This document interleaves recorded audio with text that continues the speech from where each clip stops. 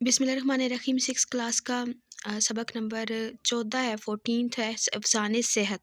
उसकी एक्सरसाइज के हैं क्वेश्चंस यहाँ पर आप देख लीजिए। पहला सवाल है, सफाई क्यों ज़रूरी है? ठीक है, सफाई हमें बीमारियों से बचाती है और ये हमारे ईमान का हिस्सा है।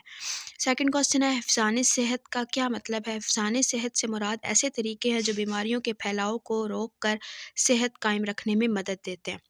उसके बाद थर्ड क्वेश्चन है, जिस्मानी सफाई में क्या क्या शामिल है? बदन का मुकम्मल तौर पर साफ़ होना, नाखून बड़े हुए ना हों, बालों और दांतों की सफाई भी शामिल है।